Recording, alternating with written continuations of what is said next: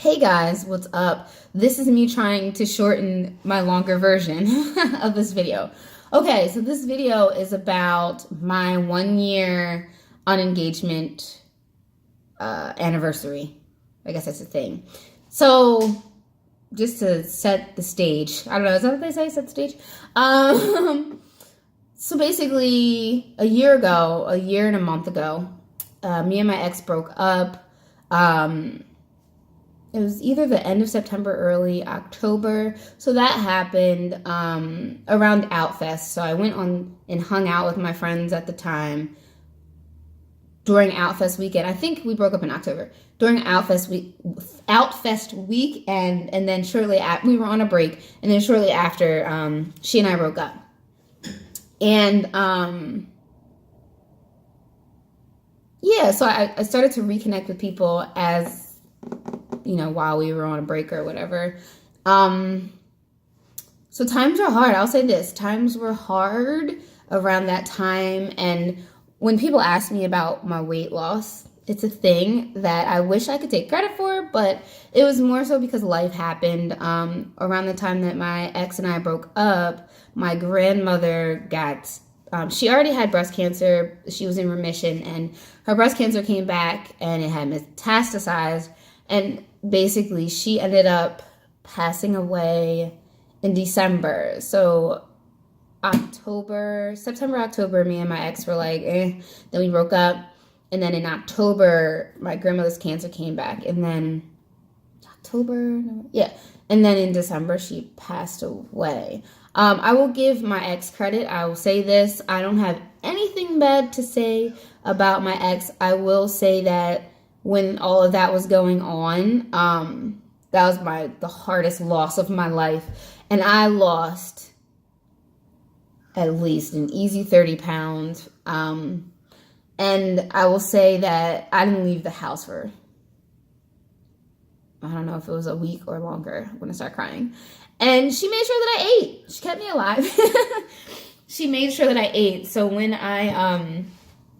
things like that happen, I don't think about food. So that's a thing. So that's how I lost weight, maintaining it, and then like actually getting to the size that I am now. I changed my diet. I was doing gluten-free, dairy-free. So that's a thing. But a good 30 pounds of my 50 to 60 pounds that I lost was around the time when my grandmother passed away and when me and my ex broke up. I want to say this. I did not cut my hair because of my ex. I did not comb out my hair because of my ex.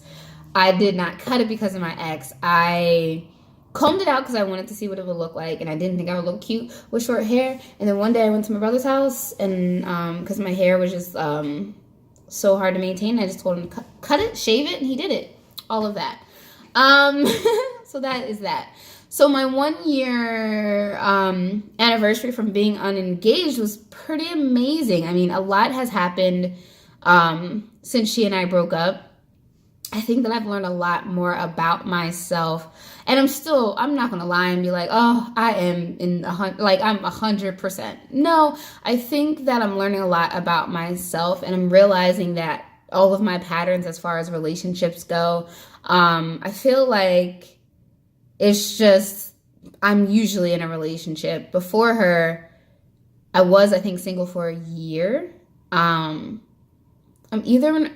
always either been in a relationship or dating someone, realizing how unhealthy that is. So that's a thing. So I'm learning more about myself, learning more about my patterns and things of that nature.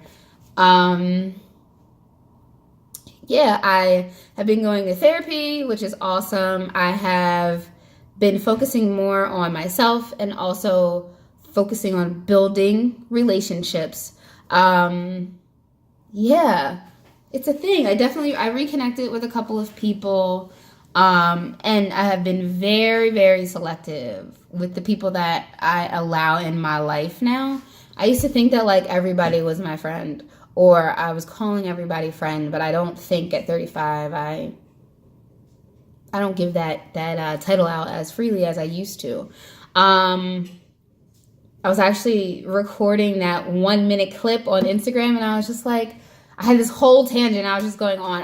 I do want to thank my friends, and you guys know who you are, the people who are the closest to me, my family, But my family has always been there. I do want to thank them, but my family has always been there. But I do appreciate all the people who I either reconnected with or have built a friendship with, built a relationship with.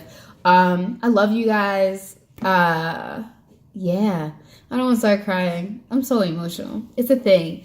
But yeah, life is good. Life is grand. I mean, I have MS, so that's still a thing. I have been, and that's another part of this year of being single, or I guess I dated for a period of time, but also, you know, the worry of, oh my gosh, I have MS. Who's going to want to be with me? That is starting to fade. I mean, I think that I'm a pretty dope person, so if you want MS to hold like you back from meeting this human being, then so be it. That's on you. So yeah, MS is chilling. You know, I have my good days, got my bad days. What else? Outfest was pretty dope this year, and last year's Outfest was cool. But I spent my day that weekend with some really dope people who I'm starting to get closer and closer with, and I appreciate that. My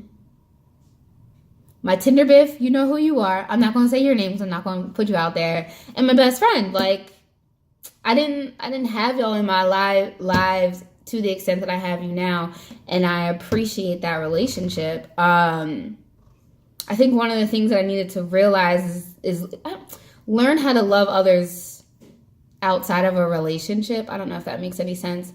And also learn how to love myself better, and also learning how to say no and things like that. So I learned a lot about me. I think I've grown a lot. Like, me looking at Dana a year ago.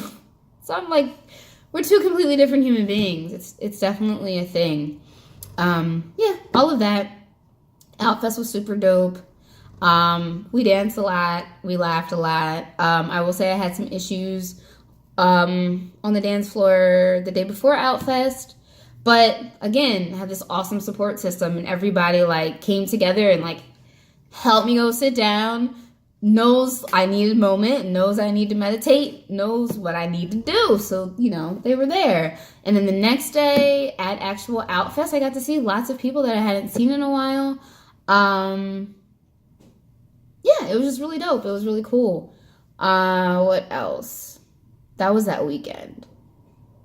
It's just a nice feeling to, you know, reflect and see where I was at before and see where I'm at now. And I love it, and I embrace every moment of it and all the people that I met along the way. And I'll say this is nothing to do with anything that I'm talking about, but I'll say in this year too, I also was able to reconnect with my nephew. I hadn't seen him.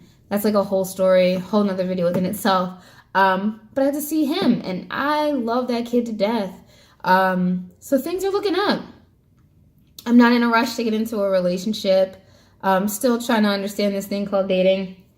But I also realize my worth and realize that waiting is worth it. I've been in some really crappy relationships, and, you know, I'm tired of that. So the goal is to focus on me and, you know, build on the relationships, the friendships that I have now, and go from there. All of that, that's my video. I don't know how exciting it is. It is kind of long. Maybe I'll try to record another one. We'll see if I do or not. A shorter one. I doubt it, because I'm long-winded. Yeah, all of that. And I also might start doing, I don't know, 10 years a lesbian, 10 years a queer videos. I'm trying to think. I have some stories that like pop up in my head. I'm like, oh, you do a story about that, but then I just don't do it. It's a thing. Sorry. Excuse me. Sorry, y'all. I'll try. Maybe. No promises. All of that. What's today? Saturday? Happy Saturday. Peace out. Holla back. Oh, and get into my new cut. I'm trying it out. We'll see. One day I might just be bald all over again. It's a thing.